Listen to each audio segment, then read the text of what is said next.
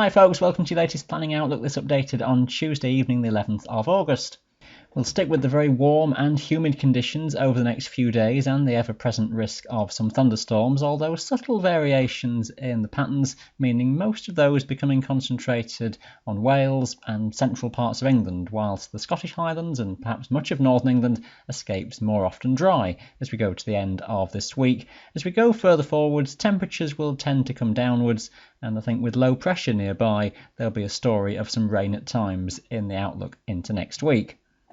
Let's have a look at what's going on at the moment though, and the rainfall forecast in 3-hour steps as we go onwards just through tonight into early Wednesday, and this needs to be treated with a bit of caution. Look at it with a fuzzy view almost of the best guess of where the models have got the thunderstorms. It's not a bad idea that the general view is across northern England, central eastern parts of Scotland, and those storms that will have been around from Tuesday evening rumbling on into the night, pushing northwards and westwards. Not everywhere will get them, but if you do get them, you'll know all about them, with lots of lightning and some torrential rain around tonight.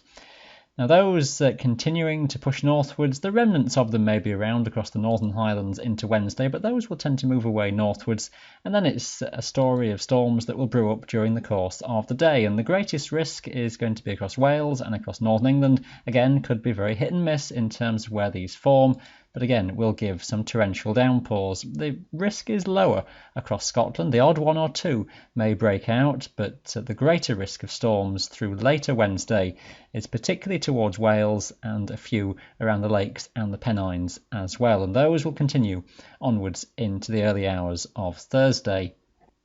It's all a very warm and humid, slack weather pattern with low pressure centred around Biscay and the air mass being drawn in from central parts of Europe.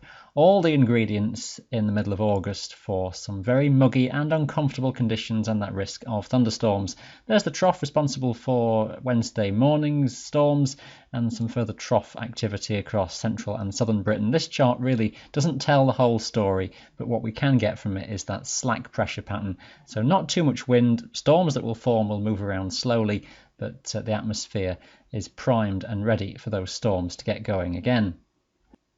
Now into Thursday, low pressure is toward the south, and it's still that very warm and humid atmosphere across England and Wales in particular, slightly less humid across Scotland, just starting to drag the air a little bit more around from the northeast. That though producing the risk of some extensive very low cloud, coastal har or fret or whatever you want to call it, will lap well inland across the eastern side of Scotland, northeast England, and that might be stubborn to break up for a good part of the day. Further west, more likely to break with some early fog at low levels, a small chance of an isolated shower or storm across the western side of Scotland, but that risk is much greater again across Wales and sporadically across the Lakes, Pennines and Peak District as well. Wales again seems to be the main focus for Thursday, nearer to the centre of that low pressure and all the energy that's going on.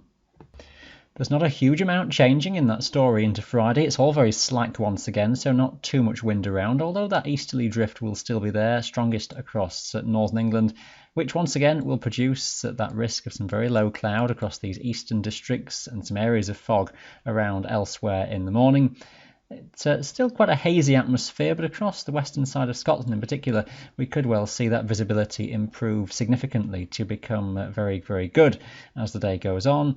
Further south though, with that warm, muggy air, it's still hazy and it's that risk of some thunderstorms breaking out again. Wales, the Peak District perhaps, the greatest risk zones for Friday, a lower risk the further north you go into the Pennines, Lakes and southern Scotland.